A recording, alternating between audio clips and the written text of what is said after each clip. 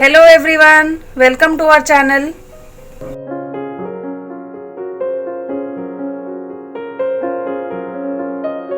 ಇವತ್ತು ನಾನು ಸೌತೆಕಾಯಿದು ಇಡ್ಲಿ ಮಾಡ್ತೇನೆ. ಸೌತೆಕಾಯಿಗೆ ತುರಿದು ಉಪ್ಪಾಕಿ ಇಟ್ಟಿದ್ದೇನೆ. ಅದರ ನೀರಿನಿಂದಲೇ ಹಿಟ್ಟು ಕಲಿಸ್ತೇನೆ. ಬೆಲ್ಲ, ತೆಂಗಿನಕಾಯಿ, ರವೆ ಇದು ಹುರಿದಿಟ್ಕೊಂಡಿದ್ದೇನೆ. ಈಗ ಹಿಟ್ಟು ಕಲಿಸ್ತೇನೆ ನಾನು.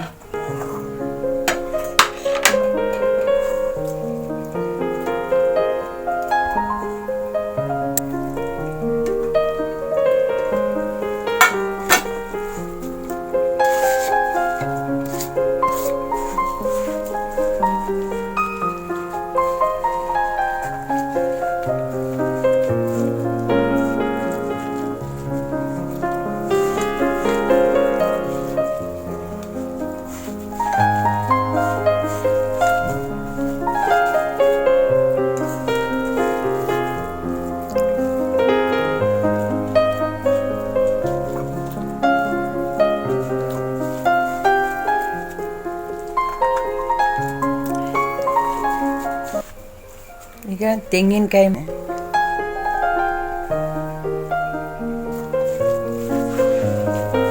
ಹೀಗೆ ಈ ಥರ ಹಿಟ್ಟು ಕಲಸಿ ಒಂದು 5 ನಿಮಿಷ ನೆನೆಲಿಕ್ಕೆ ಬಿಡ್ತೇನೆ. ಆಮೇಲೆ ಇಡ್ಲಿ ಬೇಯಿಸ್ಲಿಕ್ಕೆ ಹಾಕ್ತೇನೆ. ಇಡ್ಲಿ ಹಿಟ್ಟಾಗಿದೆ. ಇದಕ್ಕೆ ಇಡ್ಲಿ ಪಾತ್ರೆಗೆ ನಾನು ತುಪ್ಪ ಸವರಿ ಇಟ್ಟಿದ್ದೇನೆ. ಈಗ ಇಡ್ಲಿ ಬೇಯಿಸ್ಲಿಕ್ಕೆ ಹಾಕ್ತೇನೆ.